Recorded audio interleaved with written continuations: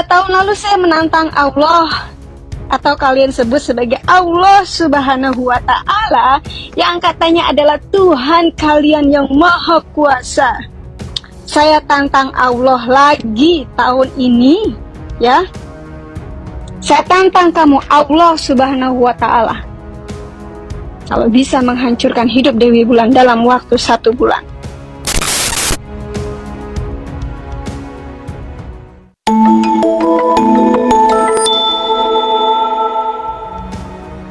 Assalamualaikum warahmatullahi wabarakatuh.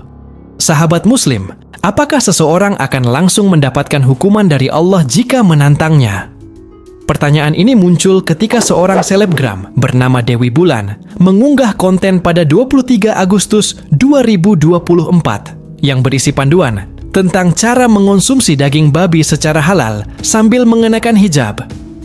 Dalam video itu, dengan nada sinis, ia menyarankan agar sebelum mengonsumsi daging babi, sebelum menikmati hidangan babi kecap, sebaiknya seseorang terlebih dahulu membaca surat Al-Fatihah.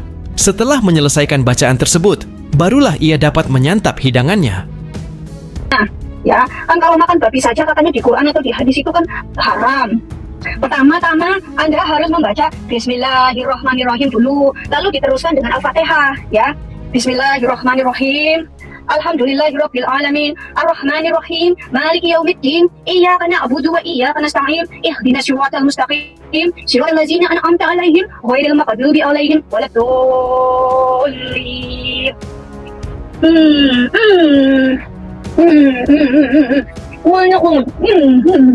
Konten ini mendapatkan banyak kecaman dari pengguna internet di Indonesia. Bahkan beberapa di antaranya mengutuk dan mendoakan agar Dewi Bulan segera mengalami karma.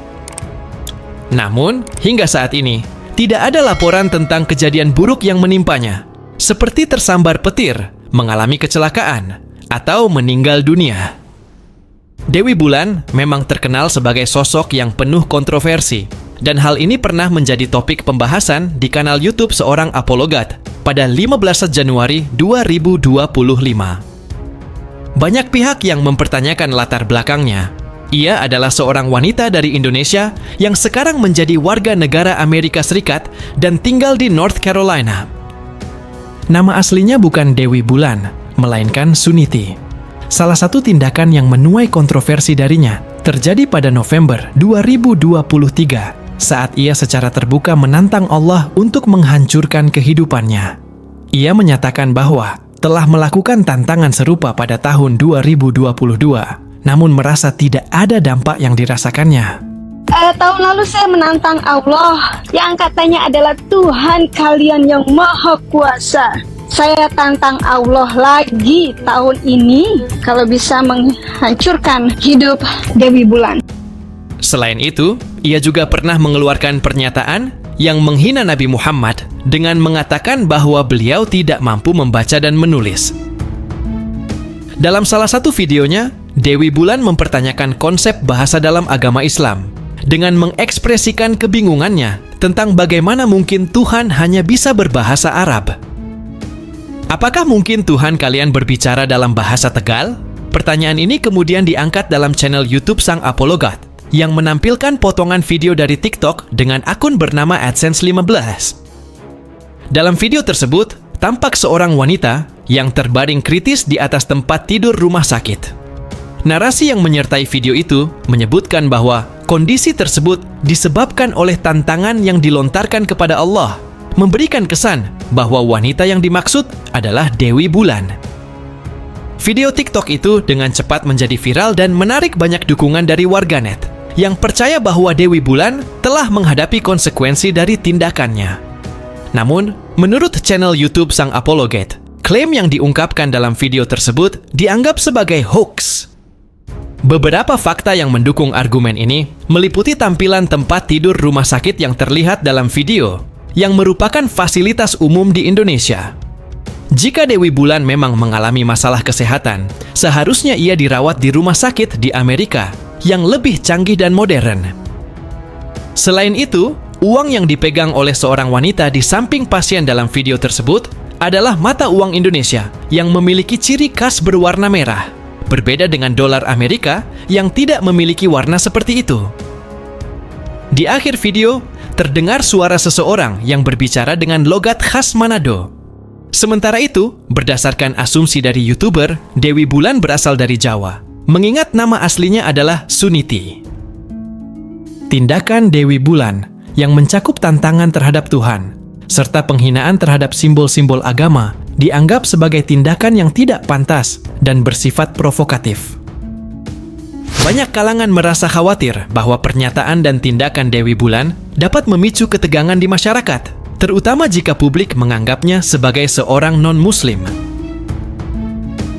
Meskipun begitu, penyebaran video hoax yang mengklaim bahwa Dewi Bulan telah menerima hukuman Tuhan dan kini terbaring sekarat di rumah sakit juga tidak dapat dibenarkan.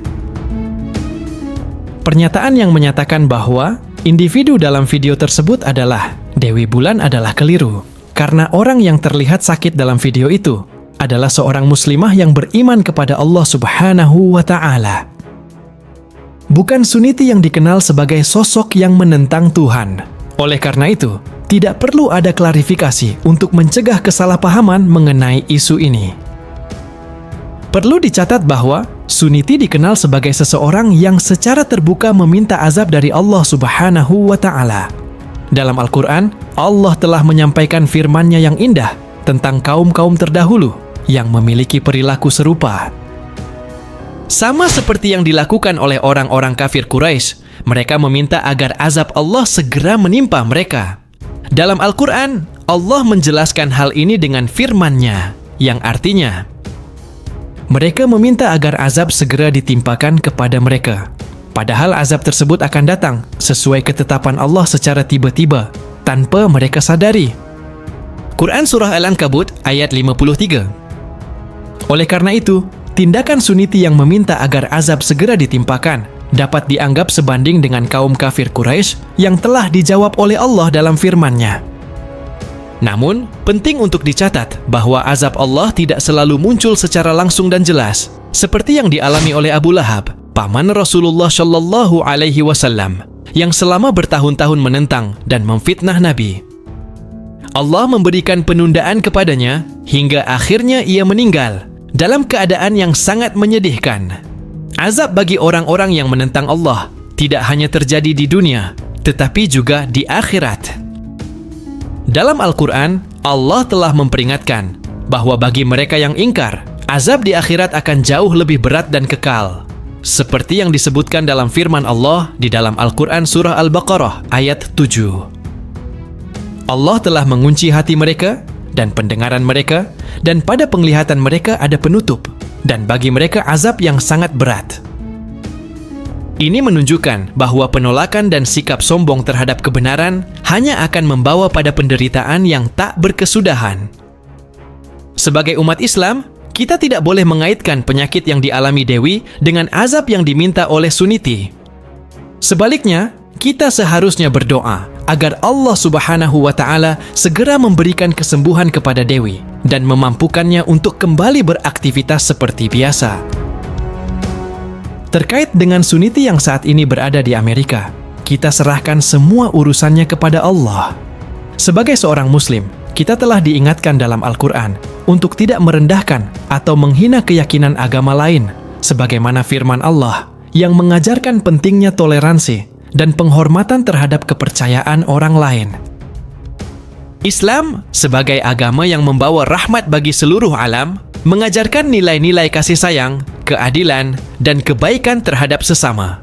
Sebagai umat Islam, kita diharuskan untuk menjaga ucapan dan tindakan agar tidak melanggar batas, serta selalu berusaha untuk memberikan manfaat bagi orang lain. Rasulullah Shallallahu Alaihi Wasallam telah menunjukkan contoh yang baik dalam menghadapi berbagai persoalan dengan kebijaksanaan dan hikmah. Oleh karena itu, kita harus selalu menjadikan Al-Quran dan Sunnah sebagai pedoman dalam menghadapi setiap tantangan dalam hidup.